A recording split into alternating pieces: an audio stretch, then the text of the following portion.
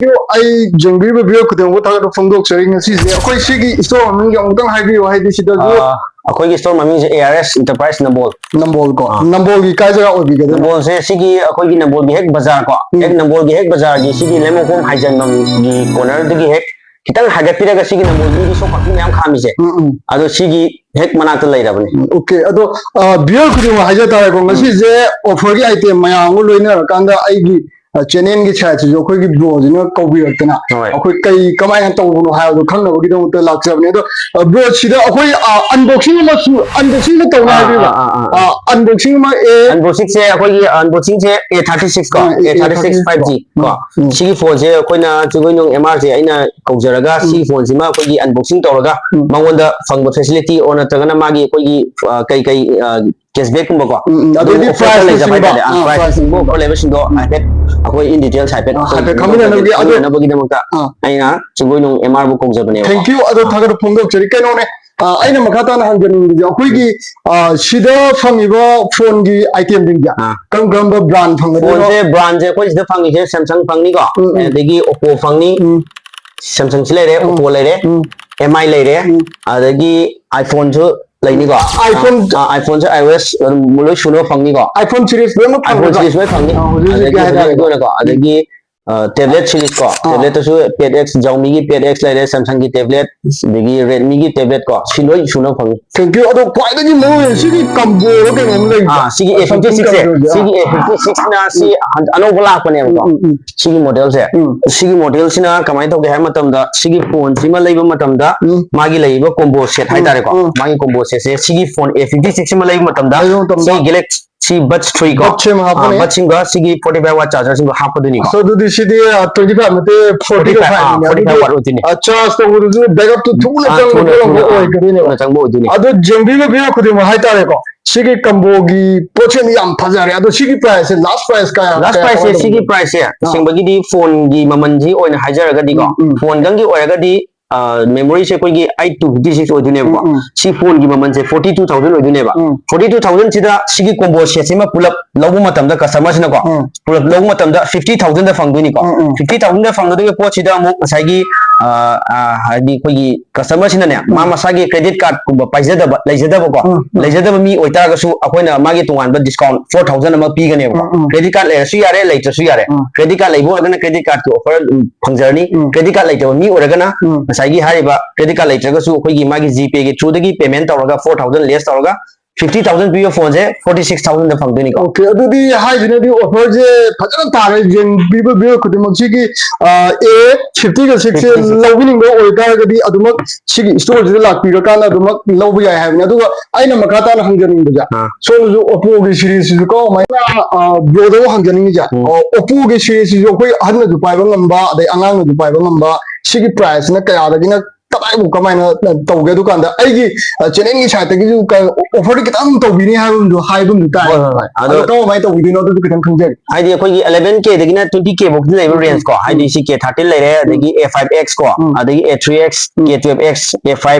A5 Pro ko moise adum adi ahanna paiba khopagidi adum loi yarani price moise 11K dagi hawraga 20K bugi manung range manung se loi leiduni ko mamanje aduga adugi mathak mukha langkhat kiba naha singna kitang camera guma kitang mek sengba or jagna ko gi ising machine da tab khotpagi ko adugi facility kitang phangwa pamagana sigi S29 Pro se adu yadi sigi model si loi yawani ko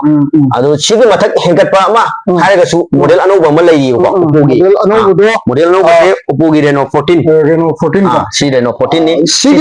sigi pot se aina kitang hajage ko sigi pot se aina akhoi mana ko pahla jeng pot chi yam smooth yam oi ba yam na pa yam nuai ba ko emazu Apple gi da to masak se koi Apple iPhone gi dumaina tawne ko phone ja no wala ko ni camera digi zoom 120x or kaduni ko adagi phone ji camera kap matam yam sengba digi ngasai ain hajage 4K ju ma loi mu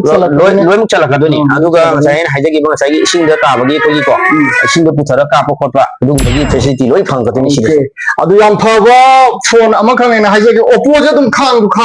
magi keno je magi software je dum yam kuine chale ha ba siju dum sijana ba phone ha ge docus si ne ba mala ai ngon ko bi re je hai ta re ne ko sigi jida ne ko okay mathang dai Samsung lakse ge ko Samsung gi brand je ꯑꯩꯈꯣꯏꯒꯤ price ꯀꯌꯥꯗꯩꯅ ꯀꯃꯥꯏꯅ ꯍꯧꯏ ꯃꯥꯒꯤ starting price से मोइसे कनोदगी हवरानी को 8000 दाइदगी हवरानी को 8000 दगिना कनो book से 8000 की रेंज से मोजे 4G ओरकनी को सो सी M05 मोजे 8000 ओदिने मोजे 4G ओदिने अदो तवदबु मागी अखोगी क्रेडिट कार्ड कुंबगी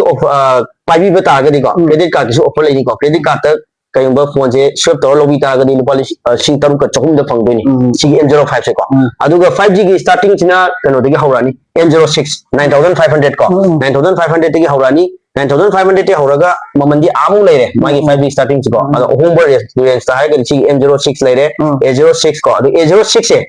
सैमसंग की तसो कोई मयामना सुम कस्टमर मयामना साजा याउदे खोटेन हाइबो मयामम सिलायु कंप्लेन को अदो सी की हाइबो A06 मॉडल से सिददी सी फोन जिम लोगी मतम 25 वाट की एडाप्टर हाइदी 25 वाट की एडाप्टर से लुपा लिसिंग अमगा चाट्रेट लेबने को अदो हाइबो बोचे सी की A06 लौ तागदी फ्री निको लाकदे फ्री ने फ्री हाकदुने हाबन सादा फ्री लाकदे सादा फ्री लाकदा आदि हुजिक Samsung कंपनी की होइना अखोगी एडाप्टर जे हाते अदुमा कुसिगी फोन जे लेबो तादि A06 5G सपोर्ट तो जे लेबो तादि एडाप्टर जे मा अखोई एक्स्ट्रा होइना हापजगने हा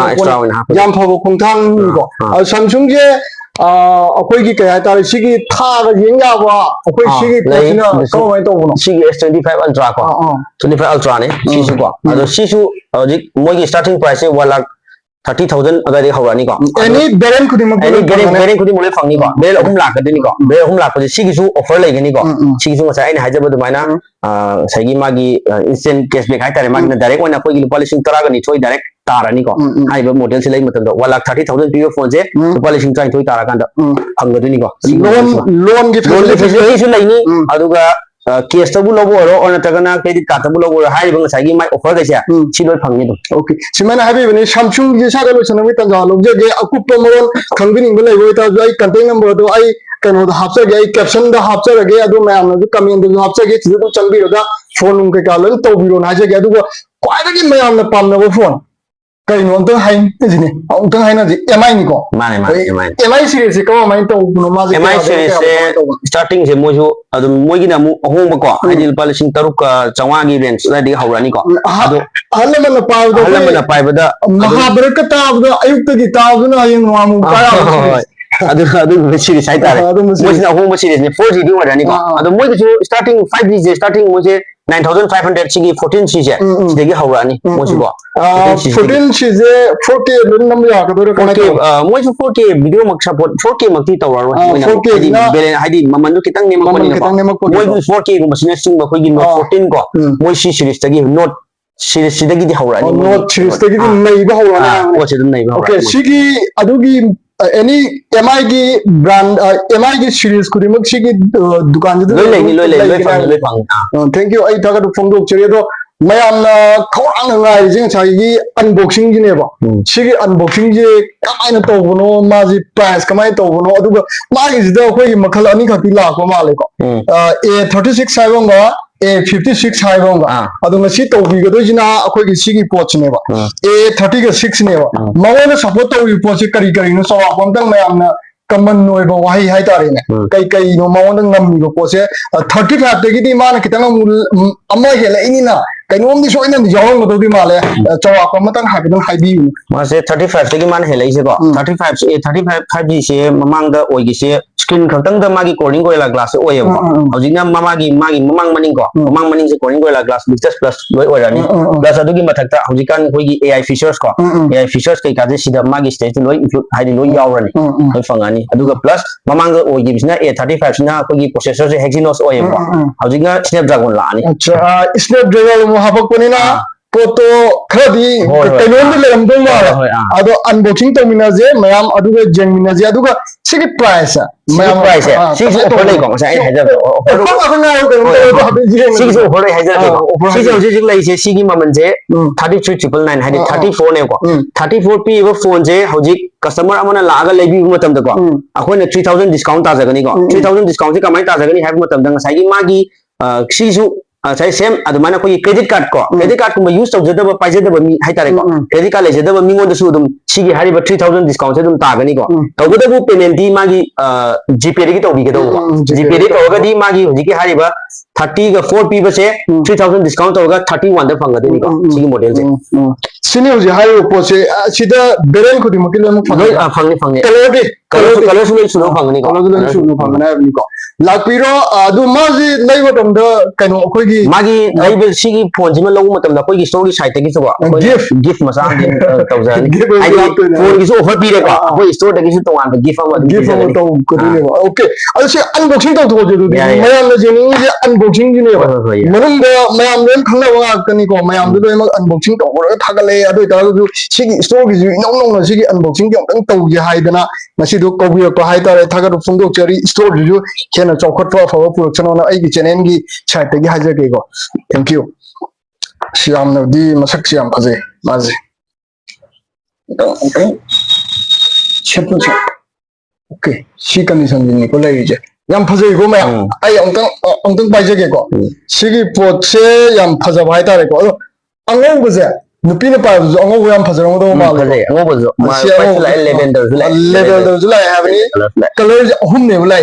कलर का लेवेंडर का अदुगा सिगी कलर सिगा सेम लेरे अदुगा मखा द कई याव है बदुंगो हाबे जंगी एनर्जी को मखा द माई कई हापकोनो है मागी से मैनुअल लेरे को याव को से चार्जर मरी याव ने सदमरी याव मागी से मैनुअल सिगा मैनुअल जम सी महापनी सिद लोरे अदुगा एडाप्टर दि अदुम अखोन एक्स्ट्रा अदुम लेजरगा अदुगा स्टोर की साइट के से टेम्पर ग्लास अमदी कवर न चिंग को मैं अदु सुम हापचने अदु हापचने थैंक यू सी ने को हजि अनबॉक्सिंग तो थे सी की प्रोसेस अनबॉक्सिंग तो लोरे अदु सेटअप कई का जिंग दि अदुम थम मगाय तारे मैम जेंगी वो खुदे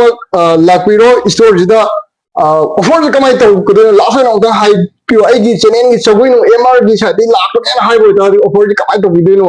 सिजु कितंग हाइबिर मोदी हम यानी सगुइनो एमआर की साइड की लाकपिबो कस्टमर ओरगदी को मागी सु तोवान बा कोइना तोवान बे स्पेशल गिफ्ट हाई तारे को स्पेशल ऑफर तोवान का थमजगनी ओके अदुम लाकपिगदी कस्टमर लाक मतम दा दुम हाइबिरो कोसमाय तो सगुइनो की एमआर की एनोदगी चैनल दगी को येंगा लाक्सबनी अदो अदुमान हाइबे तागदे अखोई तोवाना अखोई स्टोर दगी दुम तोवान बे स्पेशल गिफ्ट पिजरनी ओके अदुगा मयाम दा हाइजगदो जी अखोई की फोन खत नते को मागी आइटम जिंग का जिंग दगी सोन दु सागे एने जंगन जदबो मयाम दे सिगी फ्रीज की का जिंग दि को माइ तो फ्रीज की सु लोय लेनी मागी सु ऑफर को फ्रीज की सु माइ ऑफर लोय पी दुने अखोना हाई सेट लोबा हाई फ्रीज वाशिंग मशीन टीवी को अदुमाना सेट लोबा कांदा अखोना सु अदुगी सेट तुगी सारगा अखोना सु कोई स्टोर की साइड की कोई गिफ्ट अमदुम पीगनी को अदो माजी प्राइस स्टार्टिंग का तेने का कमाय हो प्राइस स्टार्टिंग से फ्री से मागी स्टार मखल ल लइए को मोसे अदो खरा ममन खरा होंबा हायगदी हायर गुम को हायर गुम से ममन खगा दुम होंगनी मोसे स्टार्टिंग 12500 को वारंटी विद वारंटी दु लानी ब्रांड की लोई सुनब लेनी वर्लपूल लेनी अदगी सैमसंग लेनी एलजी लेनी को हायर लेनी ओके सिनी को मैं किचन के आइटम जु अखनबा मयाम सिदा लोयमक फंगे अदु मयाम लापिरो सिदगी लौसन बिरो आइगी चैनल की साइट की लापने हाइबदा कयानी अतोप हाइदारेने मयाम दा अनौबो खुदन खरा अदु चुलोय जोइदना तंगने स्टोर की साइट जु हाइबिरे को थैंक यू सो मच आई जेंबी वीडियो खुदिंग बु तादो फोंदोक चरे